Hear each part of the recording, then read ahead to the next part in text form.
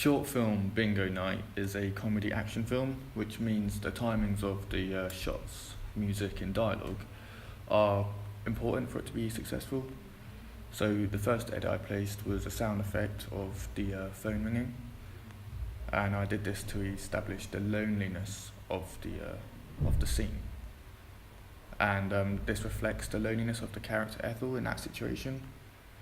And to further emphasise that point, I ended the scene cutting it to a wider shot of Ethel knitting the red masks together, which she's going to later use for the heist. And at the end of that scene, I leave a couple of seconds of black, cut to black, and that's just to let her kind of situation sink in a little bit. And I also wanted to leave the gap there because the mood of that scene is different to the next scene. The next scene is more of like a comedy scene. And this next scene is quite an improvised scene. And it's all done in one take. You can tell it's improvised because the script doesn't have all that dialogue in there. It's quite a short scene on the script. But they improvised a lot of it. And the cut I chose to go with was the one where they argue about like being friends and stuff.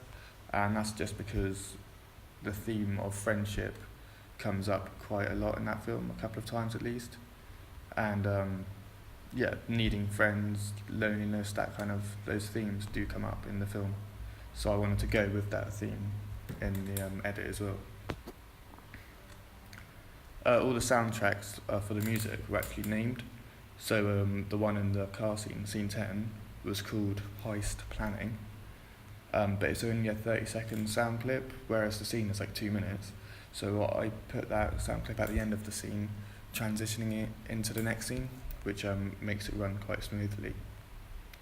So the next bit, they go into the bingo room, and I've got a sound effect of like inaudible people talking, like a room full of people talking, and that's just to fill out the space a little bit because the actual extras are told not to make any noise and stuff, so they're just pretending to talk. And also, it's good that I've actually had the opportunity to use the sound effect like that because it meant I could fade out the sound effect when Vivian shoots the gun, and then when I fade out all the talking, it just makes the shot a lot more intense when everyone's just looking at her and not talking. When the police car arrives, I wanted to fragment that scene with the other scenes going on. So I did this as an attempt to increase the tempo, as it builds up to the climax of the film. So I cut it so all the three main characters' scenes are playing like next to each other, and again, this is to build up the tension and the tempo as well. So when the policeman goes in there and witnesses the heist, I wanted to create a feeling of that space that the characters have with each other, the space relationship. So when he's approaching the bit where he's hiding behind, I have an audio of Vivian talking, but I've lowered the audio of that bit, and then when he sees around the corner what's actually happening, then that's when I increase the audio. So that's what I did to increase, the feeling of space inside the film. I also did that because that part of the film is from the point of view of the policeman.